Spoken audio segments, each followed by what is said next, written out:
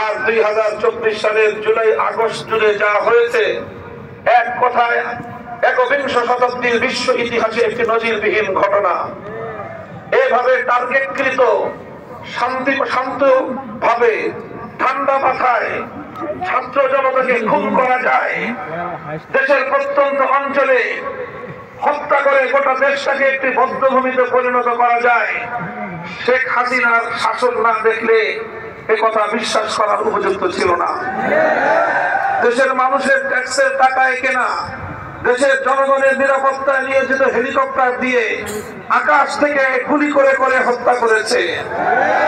হাতুড়ি লীগ, হেলমেট লীগকে নামিয়ে দিয়ে বাংলাদেশের প্রতিটি জেলায় জেলায় স্কুল, কলেজ, ইউনিভার্সিটি, মাদ্রাসার ছাত্রদেরকে হত্যা করেছে। 3 বছরের শিশু পর্যন্ত বাবার কোলে থেকেও ঘরের মধ্যে রেহাই পায়নি। সহস্রাধিক প্রাণকে হত্যা করে এরপরও শেখ হাসিনার রক্ত তৃষ্ণা মেটেনি। সে চেয়েছিল লক্ষ মানুষকে হত্যা করতে হলে তাও করবে, ক্ষমতার মসনদ ছাড়বে না। এমন একটি পরিস্থিতিতে আমার আল্লাহ পাক রহম করেছিলেন। এদেশের মানুষ একটি শপথ করেছিল, আর মানুষের সেই শপথের কথা ব্যক্ত হয়েছিল একজন পুলিশ কর্মকর্তার ভাষায়। আপনারা দেখেছেন সামাজিক যোগাযোগ মাধ্যমে ব্যাপকভাবে প্রচারিত একটি দৃশ্য। একজন পুলিশ কর্মকর্তা তৎকালীন খুনি স্বরাষ্ট্রমন্ত্রীকে বলছিল যে, স্যার, একটা গুলি করলে একটাই মরে, বাকিটি বাগে না, অন্যগুলা যায় না, বরং আরো আগে আসে। এই যে সাহস, এ শক্তি, এটা আল্লাহ পাক জুগিয়েছিলেন বাংলাদেশের তরুণ প্রজন্মের হৃদয়ে। তারা শপথ করেছিল, জীবন দিতে হলে জীবন দেব, রক্ত দিতে হলে রক্ত দেব, তবু এদেশের মানুষকে জালিমের হাত থেকে মুক্ত করে ছাড়ব। মায়েরা সন্তানদেরকে আদর করে, সোহাগ করে নিজে হাতে ধরে রাজপথে এনে দেশের জন্য, জনগণের জন্য উৎসর্গ করে বলেছিলেন, আমার এক সন্তান, তুমি যাও, তোমার আত্মত্যাগের বিনিময়ে বাংলাদেশের আগামী প্রজন্ম মুক্তি পাবে। যে দেশের মায়েরা, যে জাতির মায়েরা হাসি মুখে নিজের সন্তানকে সত্যের জন্য উৎসর্গ করতে পারে, আমি বিশ্বাস করি সে জাতিকে দবায় রাখার কোন শক্তি পৃথিবীতে নাই। স্যালুট জানাই সেই সকল মায়েদেরকে যারা আগামী প্রজন্মের কথা চিন্তা করে, বৃহত্তর স্বার্থের কথা চিন্তা করে, দেশ এবং জাতির ভবিষ্যতের কথা চিন্তা করে দেশকে ফ্যাসিবাদ, স্বৈরাচারী মুক্ত করবার লক্ষ্যে নিজের কলিজার টুকরা বুকের ধনকে পর্যন্ত উৎসর্গ করতে তারা প্রস্তুত হয়ে গিয়েছিলেন। মায়ের সন্তানকে মায়ের বুক থেকে কেড়ে নিয়ে জিন্দানখানায় পাঠায়, রিমান্ডে অকথ্য নির্যাতনের জন্য পাঠায়। সেই মা সন্তানের পিঠ চাপড়ে বলে, সাহস ধরে রেখো, অন্যায়ের সামনে মাথা নত করো না। দেশের মায়েরা সন্তানদেরকে এভাবেই উদ্বুদ্ধ করতে পারে, প্রেরণা যোগাতে পারে, সে জাতি কোনদিন পরাজয় মানতে পারে না। সংগ্রামী সাথী ও বন্ধুগণ, এভাবেই এক অকুতভয় একটি জাতির আত্মত্যাগী সংগ্রামের মধ্য দিয়ে 2024 সালের 5ই আগস্ট বাংলাদেশ নতুন ভাবে স্বাধীন হয়েছে, নতুন ভাবে মুক্তি লাভ করেছে। স্বাধীনতার এই প্রাক্কালে এসে, স্বাধীনতার এই সুন্দর সময়ে এসে একটি কথা আমি বারবার স্মরণ করিয়ে দিচ্ছি। মুক্তিকামী ফ্যাসিবাদ বিরোধী ছাত্র জনতাকে বিশেষভাবে আমি স্মরণ করিয়ে দিতে চাই, স্বাধীনতা অর্জন করা যতটা কঠিন, স্বাধীনতা রক্ষা করা তার চেয়ে বেশি কঠিন। আমাদের এই কথা ভুলে গেলে চলবে না। এবং আরেকটি তিক্ত অভিজ্ঞতার কথা আমরা মনে করিয়ে দিতে চাই। আমরা অনেকগুলো আধিপত্যবাদী শক্তির বিরুদ্ধে লড়াই করে এই স্বাধীন বাংলাদেশ অর্জন করেছিলাম।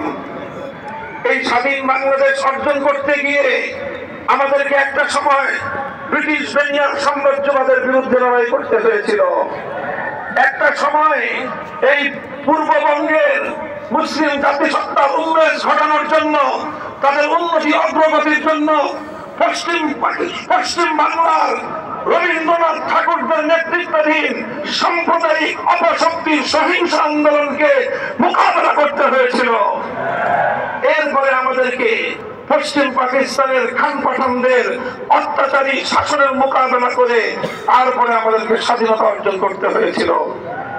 আমাদের স্বাধীনতার সূচনা হয়েছিল ইনশাআল্লাহ বলে। স্বাধীনতা সংগ্রাম অর্জিত হয়েছিল, সফলতা লাভ করেছিল। কোরআন সুন্নাহ বিরোধী কোন আইন এই মাটিতে করা হবে না এমন প্রতিশ্রুতি এবং অঙ্গীকারের ভিত্তিতে। সুতরাং 1971-এর স্বাধীনতা এটা ছিল ইনশাআল্লাহ আল্লাহর উপর অবিচল আস্থা এবং বিশ্বাসের মধ্য দিয়ে। 71-এর স্বাধীনতা অর্জিত হয়েছিল কোরআন বিরোধী সুন্নাহ বিরোধী কোন আইন তৈরি না করার কমিটমেন্ট এবং অঙ্গীকারের ভিত্তিতে।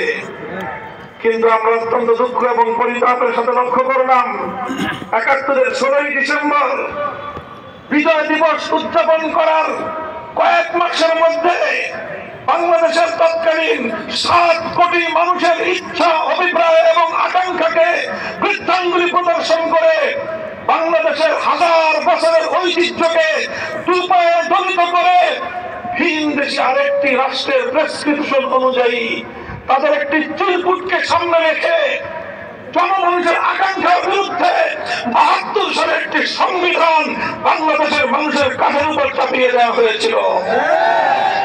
আমি বলি 72 সালের সেই চেতনা, এই চেতনার মাধ্যমে 71 সালের চেতনাকে হাইজ্যাক করা হয়েছিল। এরপরে অর্ধ শতাব্দীকাল পর্যন্ত এদেশের মানুষকে তাদের ইচ্ছা, অভিপ্রায়, হাজার বছরের ঐতিহ্যের বিরুদ্ধে পরিচালিত করার চেষ্টা করা হয়েছে। একতরফা ভিনদেশী অভিপ্রায়ের সংবিধান দিয়ে বাংলাদেশকে শাসন করা হয়েছে। মাঝে মাঝে কিছু অ্যামেন্ডমেন্টের মাধ্যমে এদেশের মানুষের চিন্তা চেতনাকে সংবিধানে সংযুক্ত করার চেষ্টা করা হয়েছে। কিন্তু আবার যখনই এই ফ্যাসিবাদী আওয়ামী সরকার, বাকশালী সরকার যখনই ক্ষমতায় এসেছে তখনই আবার এদেশটাকে ইসলাম থেকে মাইনাস করার চেষ্টা করেছে। সংবিধান থেকে আল্লাহর উপর অবিচল আস্থা এবং বিশ্বাসের ধারাটিকে বিলুপ্ত করে দিয়েছে। সংগ্রামী সাথী ও বন্ধুগণ, এই কথা আমি এজন্য বলছি, 2001 সালে যেভাবে আমাদের বিজয়কে ছিনতাই করেছিল, 2024 সালেও সেই ষড়যন্ত্রকারী শক্তি, ইসলাম বিরোধী শক্তি, বাংলাদেশের হাজার বছরের ঐতিহ্য বিরোধী শক্তি, তারা কিন্তু বসে নেই। এক হাসিনা নাই, কিন্তু হাসিনার অনেক দোষর এখনো বাংলাদেশের মাটিতে আছে। তারা আবারও 24 আগস্ট বিপ্লবকে ছিনতাই করতে চায়। সজাগ থাকতে হবে, পাহারাদারি করতে হবে। ছাত্র জনতাকে বলবো আমি, তোমরা সজাগ থাকবে, রাজপথে থাকবে। আগস্ট বিপ্লবকে ছিনতাই করতে চাইলে কেউ আমরা রুখে দাঁড়াবো ইনশাআল্লাহ।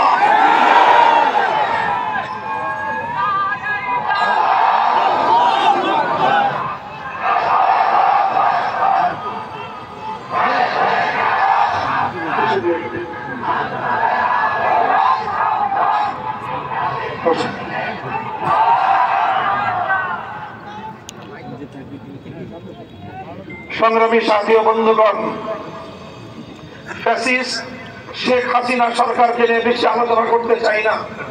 তবে আগামী দিনে বাংলাদেশের পথ বিনির্মাণের জন্য আমি শেখ হাসিনার রাজনীতি নিয়ে ছোট্ট দুটি কথা বলবো। শেখ হাসিনার যে রাজনৈতিক দর্শন, তার যে রাজনৈতিক কলা কৌশল, সেটাকে অ্যানালাইসিস করলে দেখা যায় শেখ হাসিনার রাজনীতির দুটি মূল দর্শন ছিল, দুটি মূলনীতির উপর সে রাজনীতি করেছে। তার প্রথম রাজনীতির দর্শন ছিল প্রতিশোধের রাজনীতি। 1971 থেকে 75 সাল বাংলাদেশের মানুষ যে বাকশালের দ্বারা বিপীড়িত হয়েছে, মুক্তিযুদ্ধের চেয়ে বেশি যুবকের প্রাণহানি হয়েছে 71 থেকে 75 পর্যন্ত। মুক্তিযুদ্ধের 9 মাসে আমার মায়ের সন্তানদেরকে হত্যা করেছিল পাক হানাদার বাহিনীরা। 71 থেকে 75-এর 15 আগস্ট পর্যন্ত আমার 30,000 মায়ের বুকের মুখ এবং কল খালি করেছিল কারা? বাকশালীরা। বাকশালীরা, এবং এই বাকশাল ছিল শেখ হাসিনার বাবা শেখ মুজিবুর রহমান সাহেবের বাকশাল।